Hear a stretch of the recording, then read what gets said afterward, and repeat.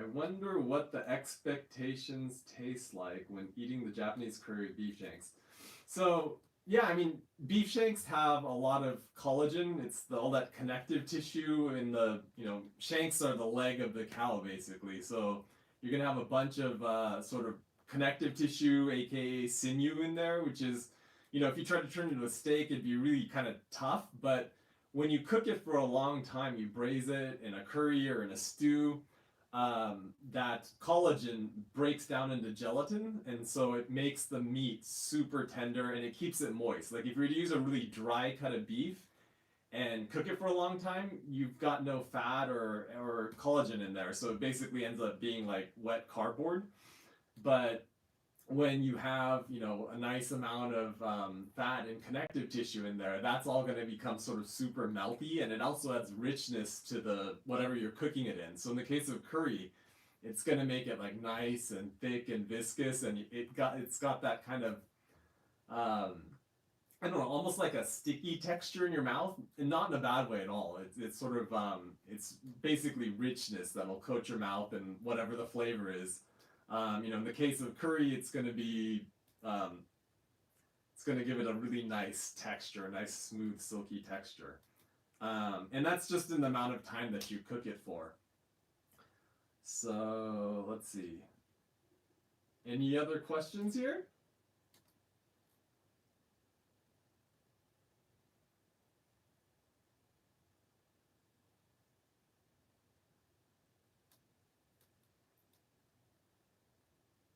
Let's see. What is your favorite breakfast food? That's a good question. So I practice time restricted eating. I only eat during like an 8 hour period during the day, so I don't usually eat breakfast. But I do love breakfast foods. I tend to be more of a savory breakfast food person than a sweet person. So like if I had a choice between like pancakes or waffles or something and scrambled eggs or like a full English breakfast, I definitely go with the eggs and ham or something like that. I also really love Japanese breakfast, so like rice, miso soup, pickles, natto, those kind of things. So yeah, definitely more of a savory breakfast person. How about all of you? Like, what kind of breakfast do you usually eat? Where you're at in the U.S. or in your part of the world?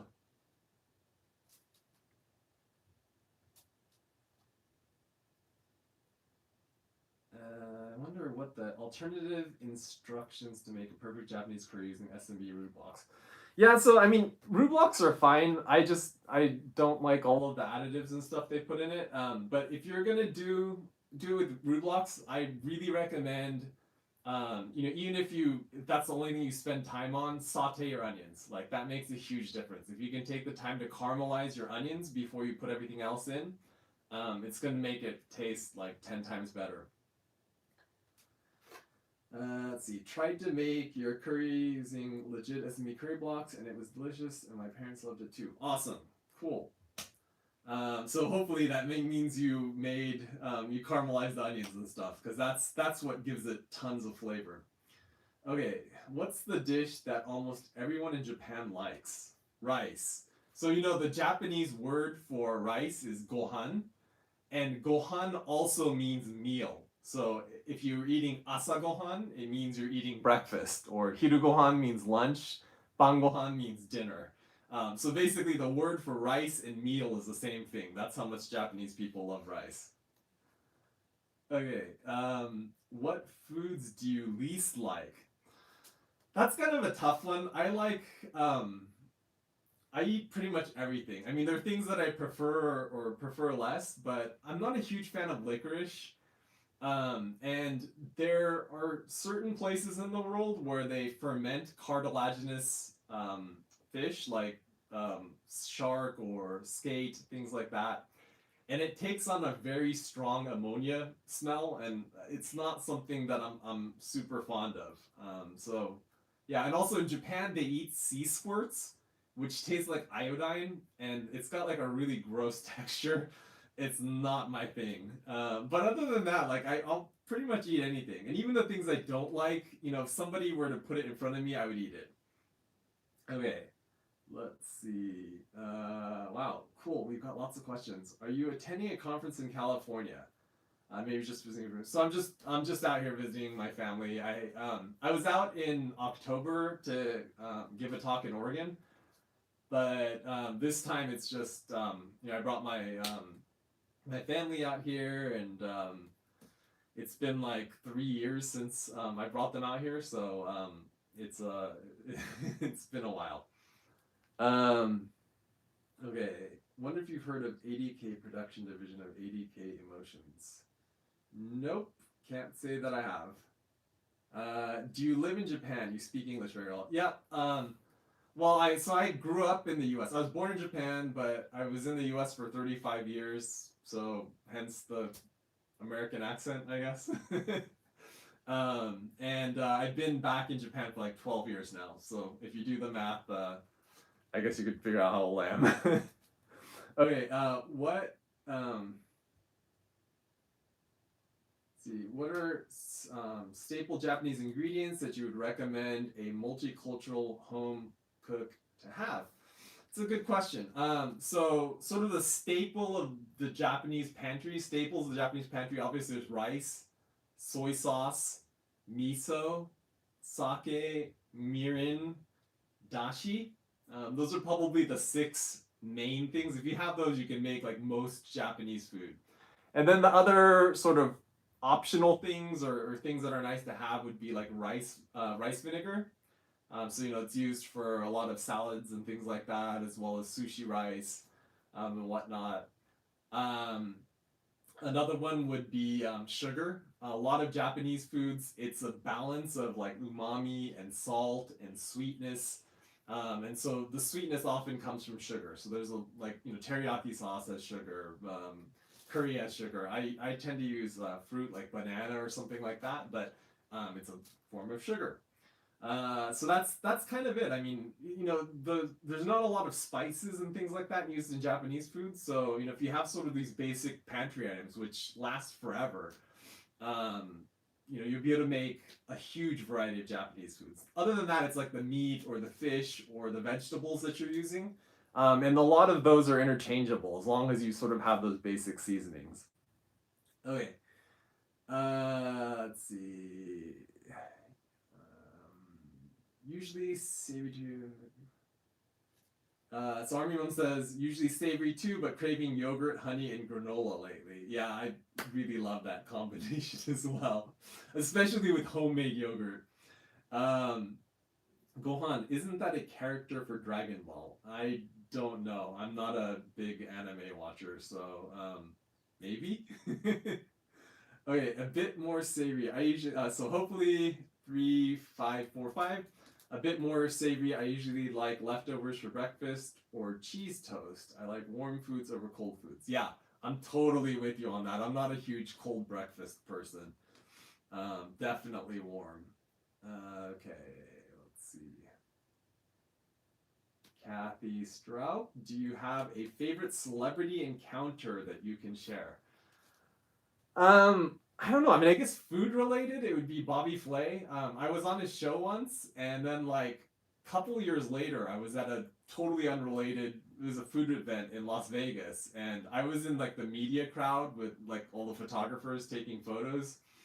And he came down the red carpet, and he recognized me from when I was on a show like a few years before. And I thought it was really cool. I mean, he's got a certain reputation, but he's a really nice guy in person. So enjoyed that. Another really random one was like I was at my dad's place in Australia, and this is back in the 90s probably, and I was walking my dad's dogs and like literally ran into this guy. It's like sort of relatively short but very sort of sturdy, and he was with this really very tall blonde woman, and I kind of ran into them and said, "Oh, excuse me," and walked past, and my dad turns to me. He's like, "Do you know who that was?" And I was like, "No." And he's like, "That was Tom Cruise and Nicole Kidman." So apparently, like Nicole Kidman's parents lived kind of near my dad, and they were out for a walk, and it was just a kind of a random encounter. But anyway, okay, let's see.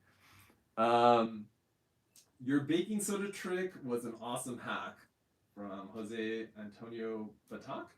I'm happy to hear it. There's so many uses for baking soda, like changing pH.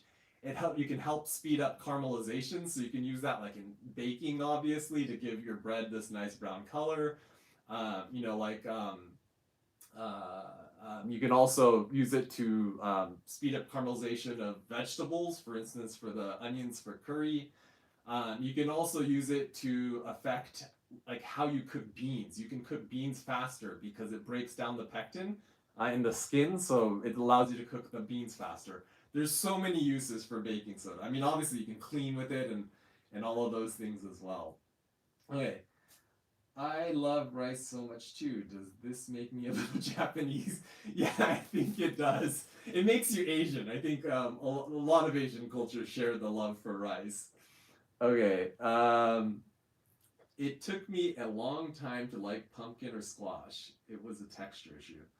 Yeah.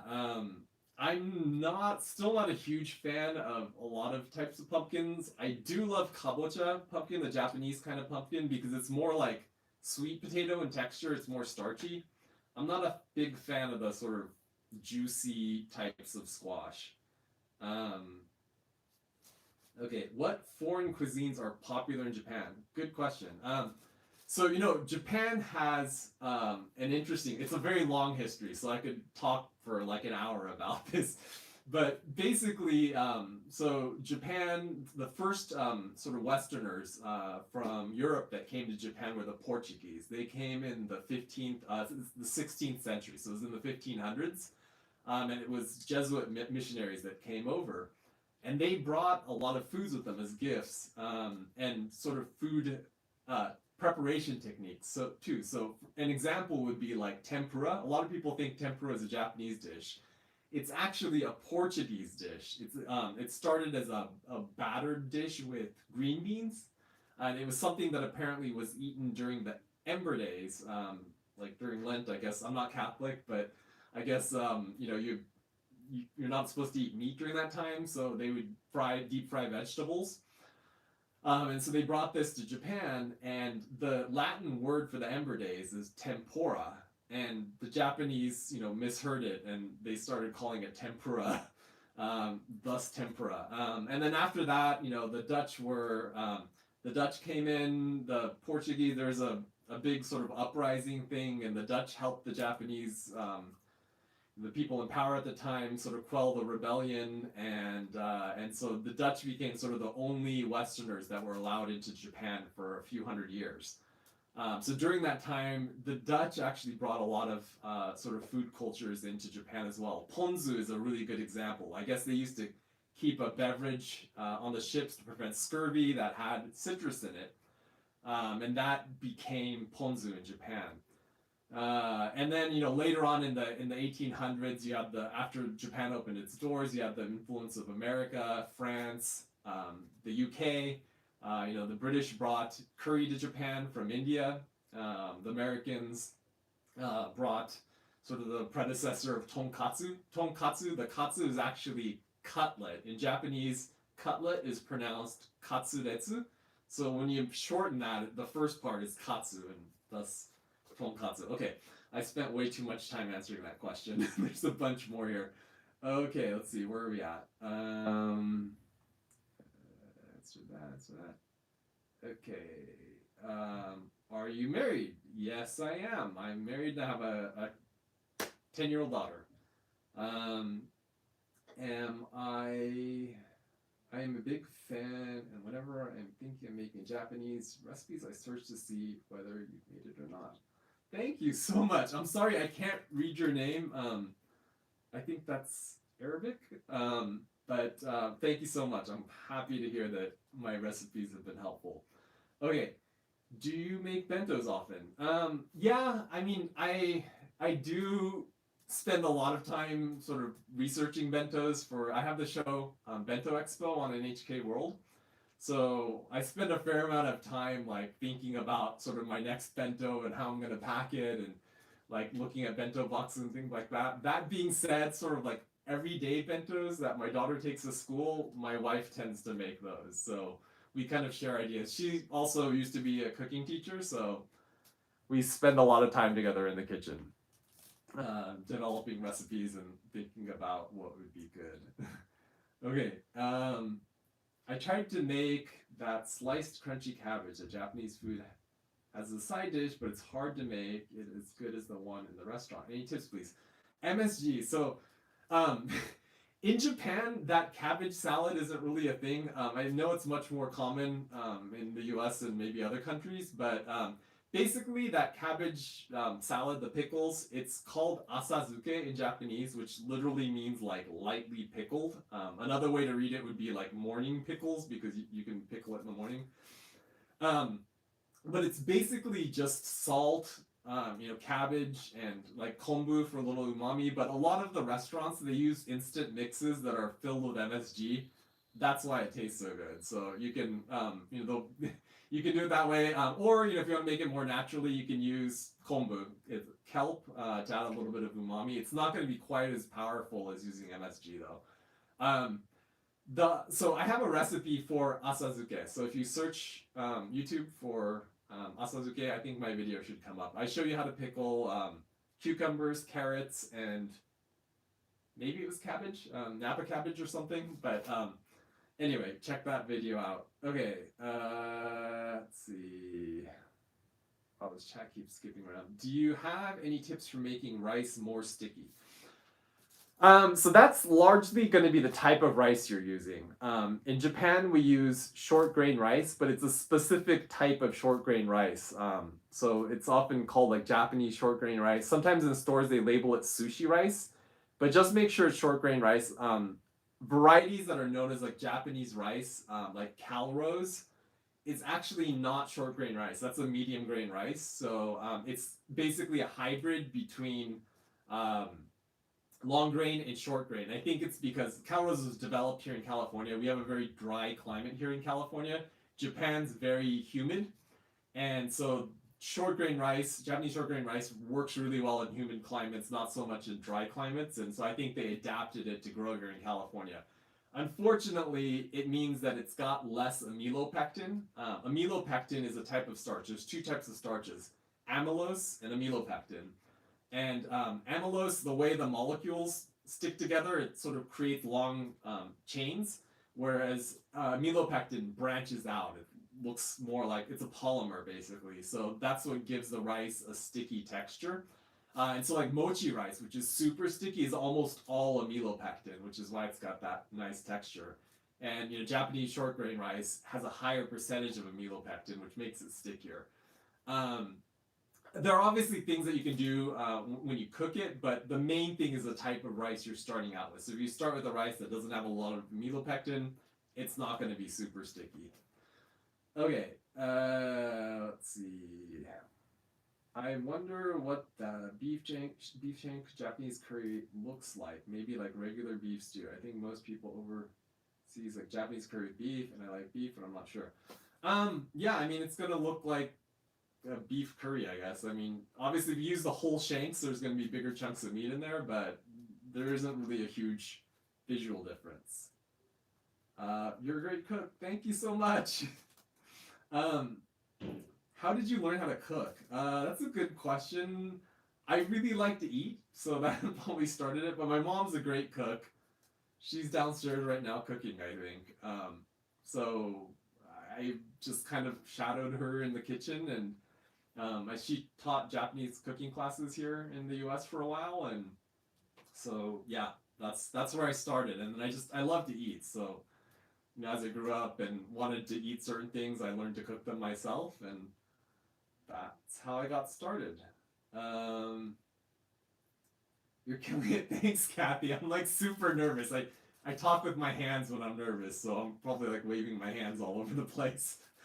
Okay. Why did you switch from being a tech guy to a chef? That's also a very good question. So, I don't know if I told you guys, but I used to work for Netflix. So I was there like really early on from like 2000 to 2006. And before that, I was also in tech. I had a business like repairing computers in high school to make money to like buy video games and things. So I've kind of always, that's been a thing. But I've also always loved cooking. So tech and food have always been kind of my passions.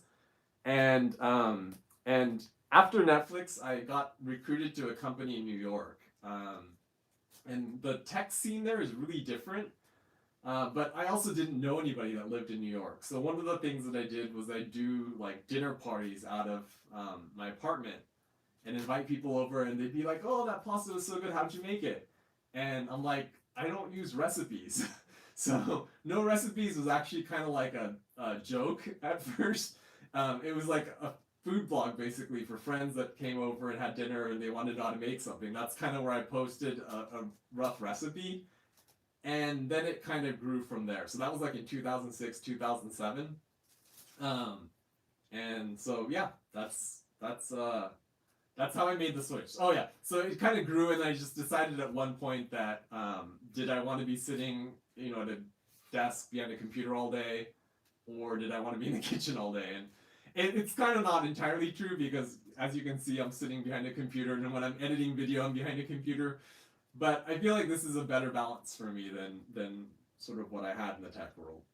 Okay. Let's see. Wow, so many questions. This is awesome. Thank you guys. I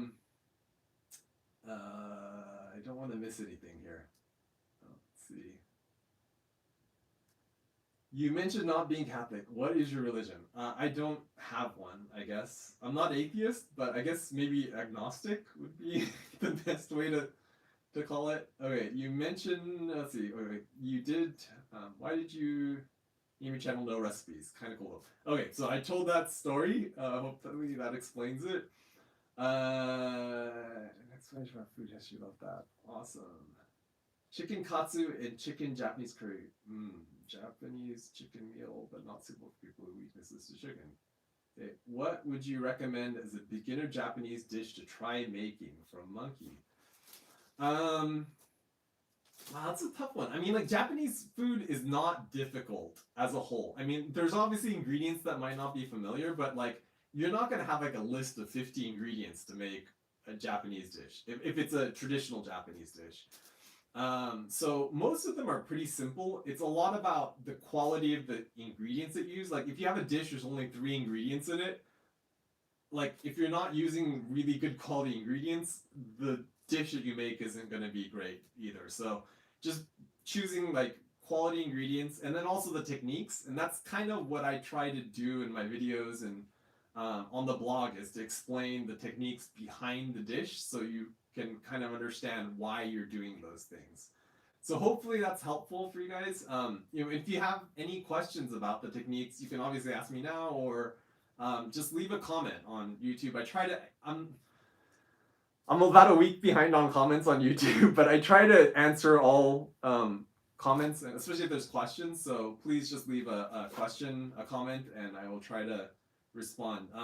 I mean, in terms of dishes, like chicken teriyaki is super simple. Sunomono, like with the cucumber salad, really easy. If you want to learn how to make dashi and make miso soup from scratch, that's another one that's going to be really easy. There's a bunch of pretty simple ones, I think. I don't know, and if you guys have ideas for when you first started cooking Japanese food, to help Monkey out on what they should cook, please leave a comment. Okay. I wonder what other fried side dish is great for katsu. Fries? Yeah, I mean, katsu, like tonkatsu or chicken katsu, it's usually served with a side salad, and the salad is just shredded cabbage. So it's like soft cabbage, like spring cabbage that's been, cut into like really, really thin strips, and then that can be dressed with tonkatsu sauce, or you can put a dressing on top. The other one that's often served with like fried foods like that, breaded panko dishes, is like potato salad, Japanese style potato salad. That's another one I have a recipe for, so you can search for that on YouTube or the blog. Okay. How do you come up with recipes? That's a good question. So honestly, these days, unfortunately, like this YouTube and the blog, it's a business, so I have to pick recipes that people are searching for. Otherwise, no one is gonna find it. No one's gonna watch it, and then it's like I spent a week working on the recipe and nobody watches it. So I do try to target recipes that people are looking for. So that tends to be the really popular recipes. But I also really like just cooking. I mean, obviously the blog started from me just making random dishes that I didn't have a recipe for. So I actually have started doing that again on my other website, marcsrecipes.com. It's Marc with a C. And on there, I basically it's the dishes that I make for my family. So it's really like no recipes. Like it's just random stuff that I came up with. In terms of the inspiration for that stuff, it could be like I ate a cucumber and it tasted like a certain type of fish, and so I thought, oh, maybe it would go with that fish, and you put it together, and it's I don't know, inspiration comes from weird places. Like sometimes it has nothing to do with the dish that I end up making, but it's like some flavor combination that kind of comes to mind while I'm drinking a cup of tea or something like that. So yeah, that's kind of how I come up with recipes. Okay. I wonder what other fried dishes. Oh, okay, I already answered that. What is the best soy sauce brand in your opinion? That's a tough one. So, there are hundreds of, like, taking a step back, so, like, food production in Japan is so different from in the US and in other places where, like, there are a handful of really big companies that make everything. Of course, there are huge companies in Japan, but there are also, I think the culture sort of fosters artisanal products. So there's a lot of regional soy sauces, for example, that you wouldn't be able to buy outside of the area that it's produced. And a lot of these are sort of family-run businesses. So I think it's a little unfair to say like, oh yeah, this is Marc's favorite and this is the one I recommend because there's so many great soy sauces in Japan. That being said, like I guess in terms of mass market soy sauce that you can buy in almost any country, Kikkoman or Yamasa are like the two that tend to be available anywhere. And I try to make my recipes using ingredients that people can buy anywhere. So for my recipes, I typically use Kikkoman soy sauce for the recipe. The reason is because different soy sauces can have different levels of salt. So if I use like an artisanal soy sauce that has way more salt in it than Kikkoman does, the recipe isn't going to work out right. So that's why I typically try to use brands that are commonly available, not necessarily because I feel like it's the best one, but because it's just easier for people to get the closest product to what I'm using. Okay, let's see. Soy sauce. Okay. What's a dish that you'd recommend trying at Japanese restaurants besides the common sushi, tempura, teriyaki, etc.? Something that Americans do not think or know to try. That's a good question. I mean, I guess it depends on the restaurant. I lived in the U.S. for a bunch of years, and I know there's a bunch of different styles of Japanese restaurants here. A lot of them aren't super authentic. I think they've sort of changed their menus to be to adapt to sort of the Western palate, and so the home and a lot of the restaurants are sort of home style cooking. If you go to somewhere that, unless it's like a sushi restaurant, like if it's just a Japanese restaurant, a lot of the dishes they serve are kind of like home style cooking dishes. But the home style cooking dishes you find here in the U.S. are a lot of times different than the ones you find in Japan. Other than the sort of the obvious ones like tonkatsu and tempura and things like that. In Japan, there aren't these sort of like general purpose restaurants.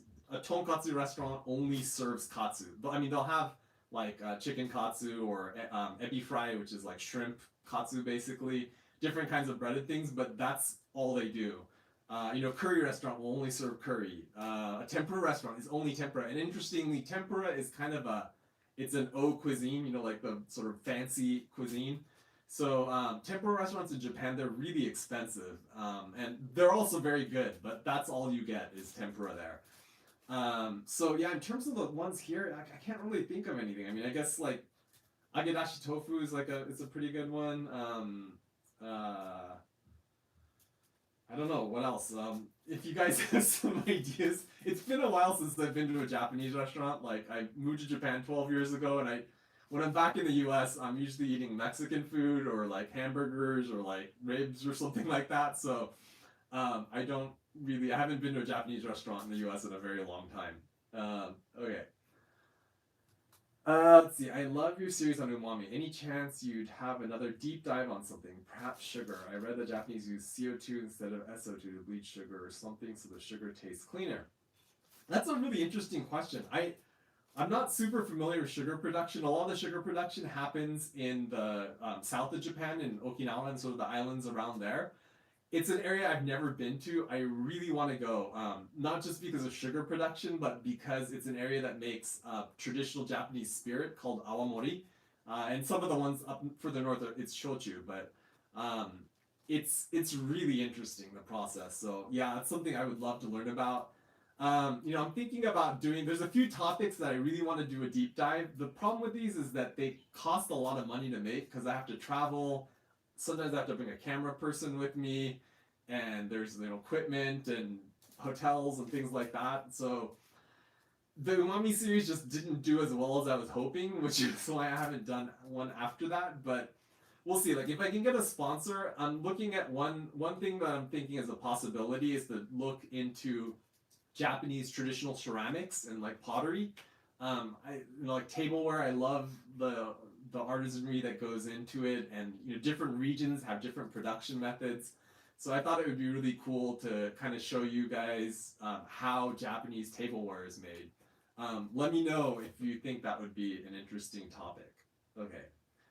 Um, what to look for when buying rice? Okay, so yeah, if you're looking for Japanese rice, just make sure it's Japanese short grain rice. And there's a bunch of different varietals of rice, cultivars that are produced. Um, like some of them are like Yume Pirika or Fukurinko. There's dozens of different kinds of cultivars. And I know imported Japanese rice is super expensive, but I think in the US they also produce some short grain rice now. So I can't remember the brands off the top of my head, but I know like in sort of like Arkansas in that area, I think they grow Japanese short grain rice. So that might be something to look into. Okay, let's see. The cow emporium. I have learned that MSG has really gotten a bad reps here for the last 20 years as people don't understand what it is and how to use it. I've learned a lot from you and from our son living in Japan.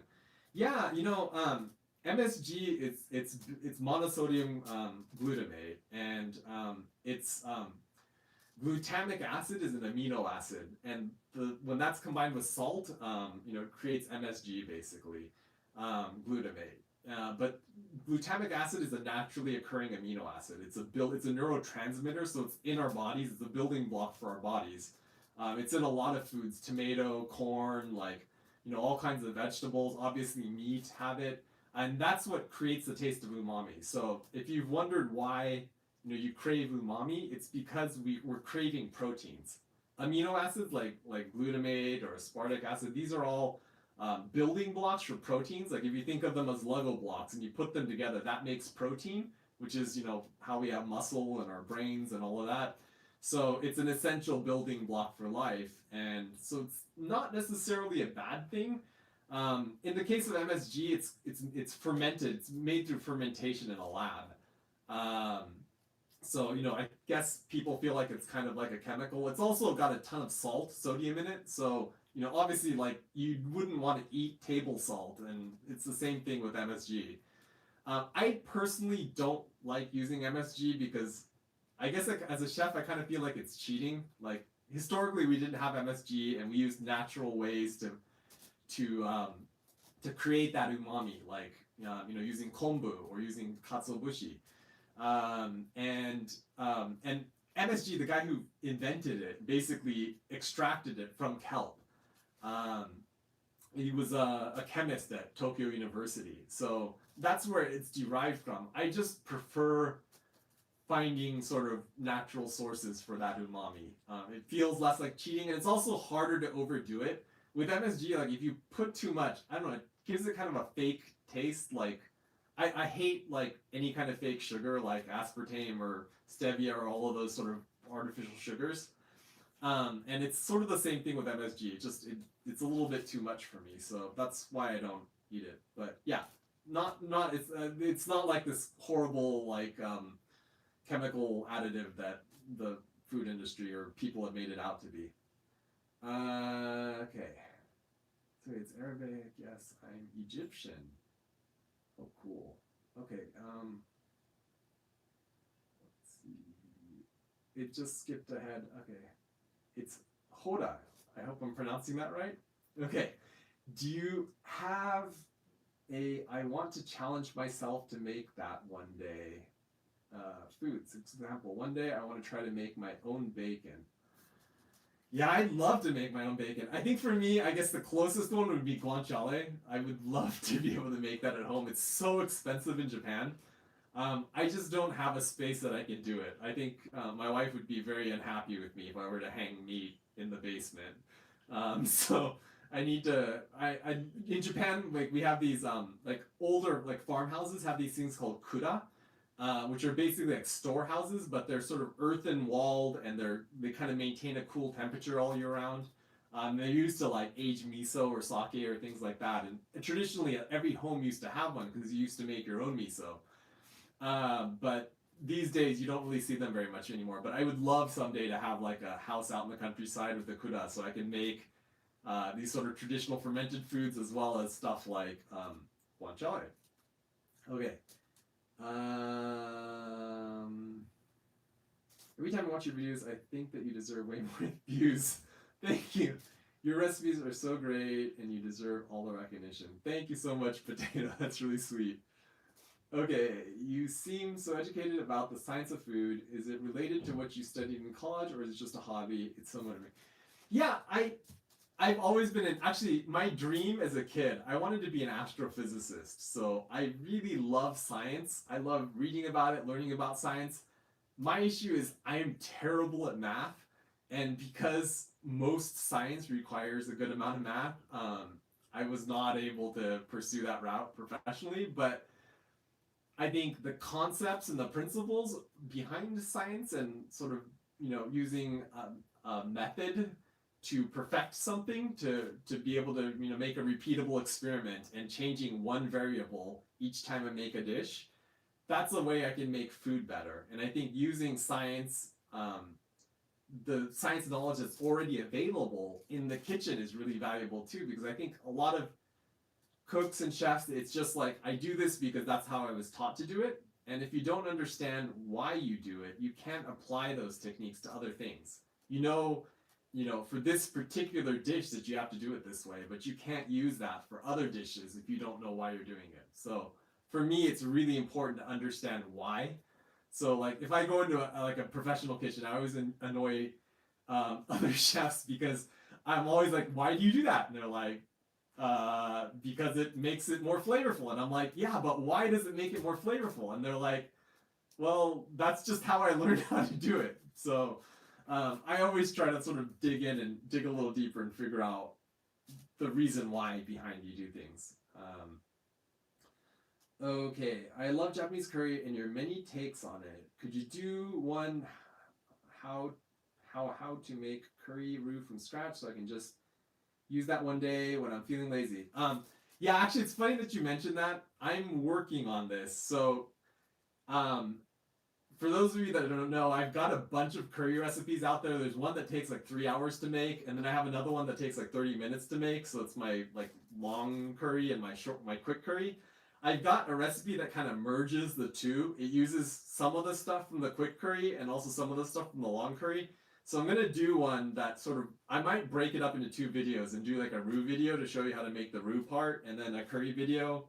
I don't know, we'll see how it goes. But it's not, in Japan, curry season is actually ironically summer. I don't think that's right because I don't feel like eating curry in the middle of summer, but I'm probably going to post it in fall or winter when things cool down a little bit. Okay. I'm going to drink my thirsty. Okay. Let's see. Your channel name is cool. Thank you, Amber. Okay. Do you have any tips for making soba noodles from scratch? It's hard to Google for good authentic recipes nowadays. Yeah, Michael. So soba is of all. Well, okay, I take it back. Somen is probably the hardest one to make because it's pulled and they're so thin. But Soba's actually a relatively tough one because it's made with buckwheat, and juwari soba, which means like 100% soba, is made with only buckwheat. A lot of the ones that you buy in stores, it's actually mixed with wheat flour and buckwheat. And when you mix it with wheat flour is gluten, so it holds the noodles together. Buckwheat, it's much harder to get the dough to stick. It's much more sort of flaky. So it's a tough one. I've never personally tried it. I want to, yeah, before I do a soba video, I think I need to go and learn the proper technique and method to do it. And I actually have a friend that teaches soba making class, so I will have to go attend his class sometime. Let's see. Oyakodon. Yeah, I love oyakodon too, Kathy. Okonomiyaki was my first Japanese dish that I made. Yeah, it's another really great dish. Still mad about the US 7-Eleven is crap, and in Japan, Asian Hawaiian ones are so good. Why is the 7-Eleven like this compared to the Asian 7-Eleven? I think it's just supply or demand, I guess. In Japan, consumers have a much higher level of expectation for what they're gonna get. So I think it's harder to get away with. Like if you were to transplant a Japanese 7-Eleven or American 7-Eleven in Japan, they wouldn't sell very much. And it's probably likewise the same way. If you just brought a Japanese 7-Eleven and transplanted it in the middle of San Francisco or something, I guess there would be fans that would go, but maybe for the average, maybe San Francisco's not a good example. Maybe like, I don't know, somewhere in the middle of the US, Minnesota or something. Because the foods aren't familiar. So, I think it's important to sort of match what consumers want with the products. So, it's obviously not for everybody, but it caters to the wide majority of people. Potato salad, yeah, that's another great one. I think I started with rolled omelet. Tamagoyaki, it's another good beginner recipe. After you became a chef, how did you manage to get your own show on NHK World? So that one, yeah. So basically, when I first moved to Japan, I was working as a private chef, and in Japan, people don't hire private chefs. Like it doesn't matter how rich you are, you go out to restaurants or somebody cooks at home. But people just typically, maybe for events, they'll do it, but not as a work every day kind of private chef sort of thing. So a lot of my work, I'd be flying to like the Middle East or to the US or somewhere outside of Japan for like a couple weeks or a couple months to go work. And when I had a kid, it was bad to be away for so long. So I started looking for more work within Japan. So that's when I don't know, I got connected to a program. I showed up as a guest on like a couple programs on NHK World, and they're like, "Oh, this guy knows how to cook and he speaks English." So basically, anytime NHK World had a need for a guest to come on that knew food, and then also spoke fluent English, they gave me a call. And so I was Bento Expo was actually. It was a special. It was like a yearly special where they gathered up a bunch of bentos from around the world, and it was like a panel of hosts would watch these videos of people in different countries making bento, and sort of comment on it. And then I guess it did well because they decided to turn that into a regular program, and then that's when they called me and asked me if I wanted to be one of the hosts for the show. So that's how I ended up there. Is there a tea and rice dish for when you aren't feeling good? That would be super simple to try. Oh yeah. Ochazuke. So ochazuke literally means like soaked in tea. So it's basically rice with something salty. Like it could be umeboshi, pickled plum, or salted salmon. There's a lot of different toppings you can put on it, and then you pour tea. Like it could be green tea or hojicha on top. And the tea creates like a soup. You've got that salty thing that mixes in with the tea, and it makes it savory. Makes the rice softer. So that's a popular breakfast dish in Japan. Is food content creation your full-time job? Yeah. I have a food consulting business, and that's like a chunk of my time. But yeah, I'm a full-time food content creator. What's your favorite Japanese wagashi? It's so wagashi is Japanese style sweets. Gashi means like sweets or like snack, and then wa means Japanese style. So yo means like Western. Yogashi is like Western style sweets. Wagashi is Japanese sweets. I don't know. I guess I really love warabi mochi. There's an interesting story there. So most kids in Japan, they prefer like ice cream or Western sweets. Wagashi or traditional Japanese sweets usually are like older, like grandmas and grandpas that are into it. But my daughter, like I think she was maybe like 5 or 6. We asked her what she wanted for her birthday, and she, instead of asking cake, she's like, "I want warabi mochi." So warabi mochi is it's a type of warabi is a type of fern, and they use the root to make a starch that's then used to make. It's kind of like mochi in texture. It's technically not mochi because there's no rice in it, but it's kind of a gelatinous, like little balls that you can make, and it's usually served with kuromitsu, which is brown rice syrup, brown sugar syrup, and then kinako, which is soybeans that have been toasted until they're kind of brown. It's ground into a flour, so it's got a really nutty flavor. Okay, do you have any pets? I do not have any pets. We don't have a very pet friendly house, unfortunately. Do you like to have food at food stalls? Yatai. So in Japan, there used to be a lot more sort of food stalls, like street stalls. Unfortunately, or fortunately, I guess they kind of really clamped down on sort of the sanitary restrictions, probably like 30, 40 years ago. And so you don't really see street stalls anymore. There are certain areas like in Fukuoka, in Kyushu, they're famous for their yatai, their outdoor stalls. So they figured out some way to get around these regulations. But in a lot of other places, you don't see it very much. There are some sort of renegade people that have their like carts still like running around Tokyo in the middle of the night making ramen, and that's always kind of cool to stumble across those. But yeah, I really wish there was more of a, even if they did something like a hawker center like in Singapore and like in Malaysia, to have those sort of areas where you could have a bunch of street stalls. That would be cool. Okay, I like your video a lot. Thank you, Hayes. I want to try and make a lot of Japanese recipes, but I live in a small village and it's so hard to find some ingredients. I will visit Japan one day, inshallah, and I'll have to try them in paradise. Yeah, I hope you can come out to Japan. It's a fun experience for anybody, I think. Obviously, there's language barriers and things like that, but in the urban areas like in Tokyo, they're pretty. There's a lot of, most signs are translated in English. The other thing with Japanese people is everybody learns Japanese in school, so they learn written English, so they don't necessarily speak it fluently, but they know it. So if you look like you're in trouble and you speak to them in English, they'll try their best to try to help you out. Okay.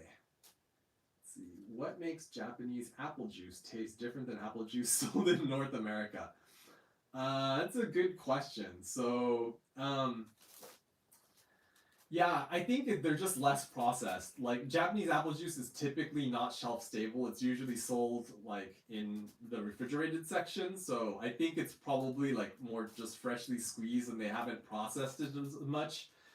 It's also not filtered, so it's kind of cloudy. Whereas a lot of apple juice, unless you get like one out of a refrigerated section, it tends to be filtered here in the U.S. And it's also probably the variety of apples. So in Japan, they don't have the same varieties that they have in the U.S. It would be more like a Fuji apple that they're squeezing for juice, which could also explain the difference. I would love to see the history. Let's see. Oops, it skipped ahead. Sorry. Wow, there's so many questions. I'm sorry. I think I'm not going to be able to get to all of them. I need to wrap this up at 9, but.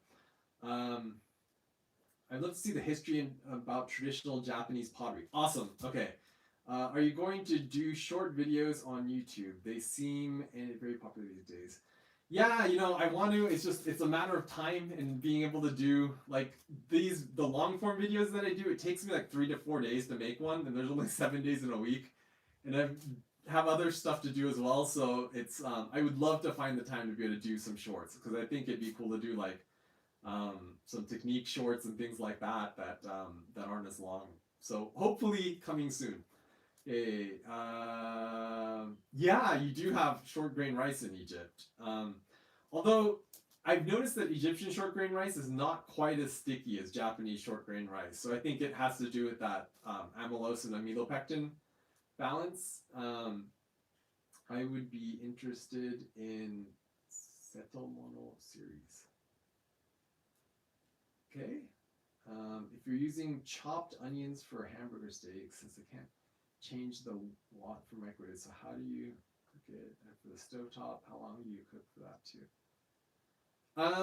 Okay, so I'm doing a new recipe for my hamburger steak that involves onions sauteed in a pan, so stay tuned for that. Do you have a favorite brand of chef knives? Do you prefer Japanese or European knives? I like Japanese knives. The difference is the grind angle. Usually Japanese knives are only sharpened on one side, and they're also sharpened at a shallower angle, so the blade's thinner, so it's sharper. The problem is that it gets dull faster, and it also tends to chip if you're kind of rough with it. But I do like Japanese gyuto shaped knives. So gyuto is a style of knife. It's basically the equivalent of Japanese chef's knife, but it tends to be a little bit thinner than, or the blade is not as wide as a Western chef's knife. So you can see in my videos, like almost all my videos are I'm using a gyuto. So that's the shape of knife. In terms of brand, I use a lot of different brands of knives. Again, it's another thing. It's artisan made, so there's a lot of small manufacturers that make really great knives. Okay, let's see. I also prefer natural sources of MSGs. There are many more flavors other than just umami. Yeah, that's a really good point. I mean, I like to try using Zwilling Henkel knives that Gordon Ramsay uses.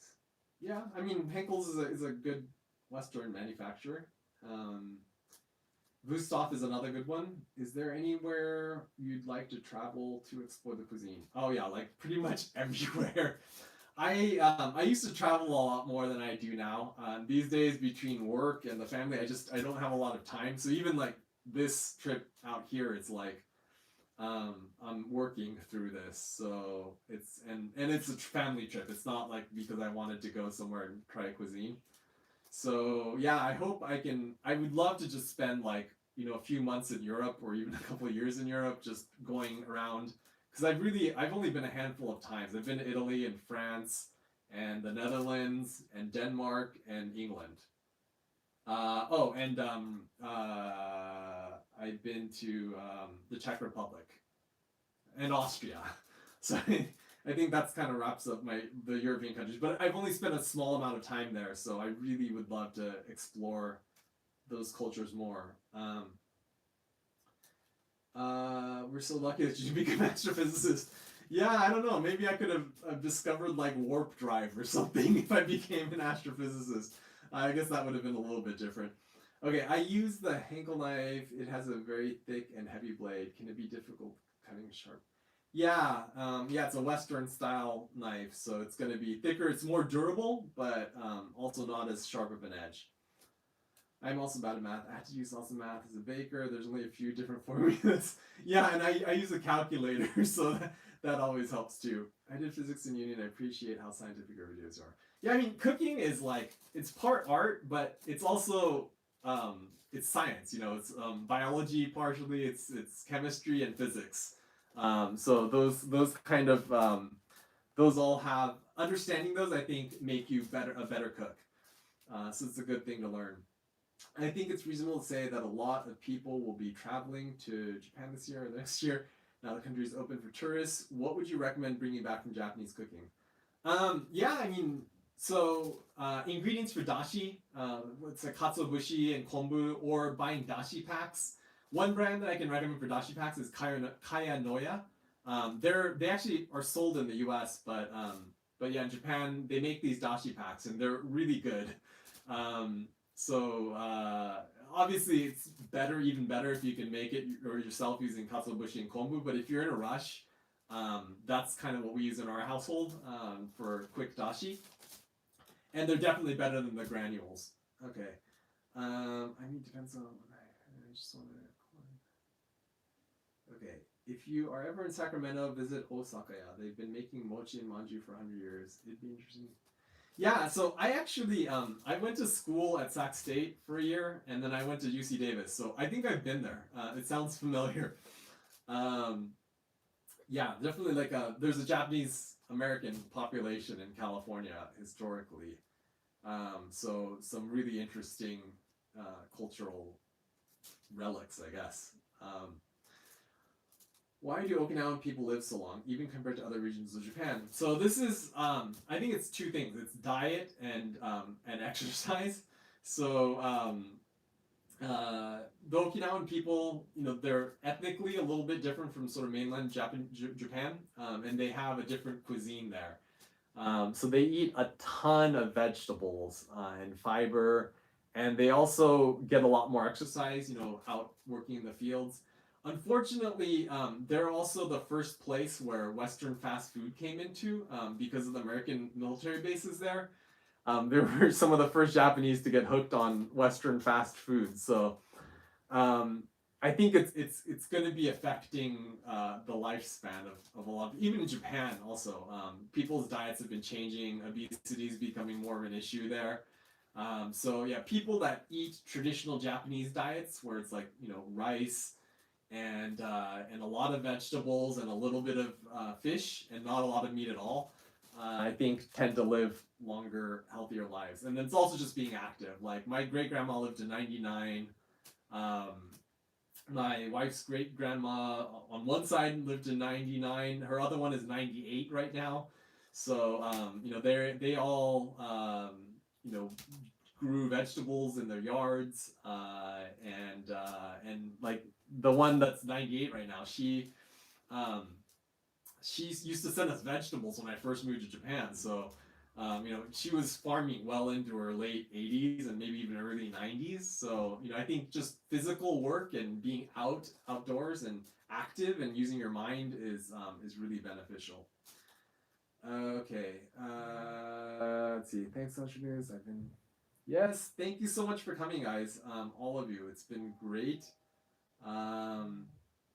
So I need to get going, but this is really fun. I was super nervous doing this, and I was like worried no one was going to show up and ask any questions. But you guys had really great questions, and I'm sorry if I missed anybody's questions.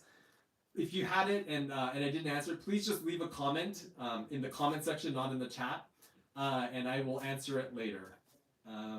And I hope everyone has a really wonderful, I guess it's Father's Day today, so to all the fathers out there, have a happy Father's Day.